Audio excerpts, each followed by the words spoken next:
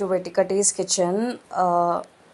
మా వాళ్ళు వన్స్ గయా దగ్గర దిగిపోయిన తర్వాత ఒక క్యాబ్ అనేది బుక్ చేసుకొని అందరూ అందులో బోర్డ్ అయిపోయి వాళ్ళ డెస్టినేషన్కి అనేది వెళ్తున్నారనమాట.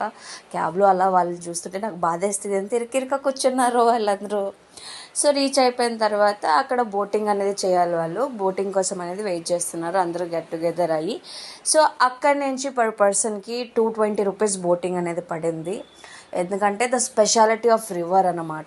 ఆ రివర్లో గంగా, యమున ఇంకా సరస్వతి ఆ మూడు కలిసి ఉంటాయనేది వాళ్ళు చెప్పారంట అక్కడ.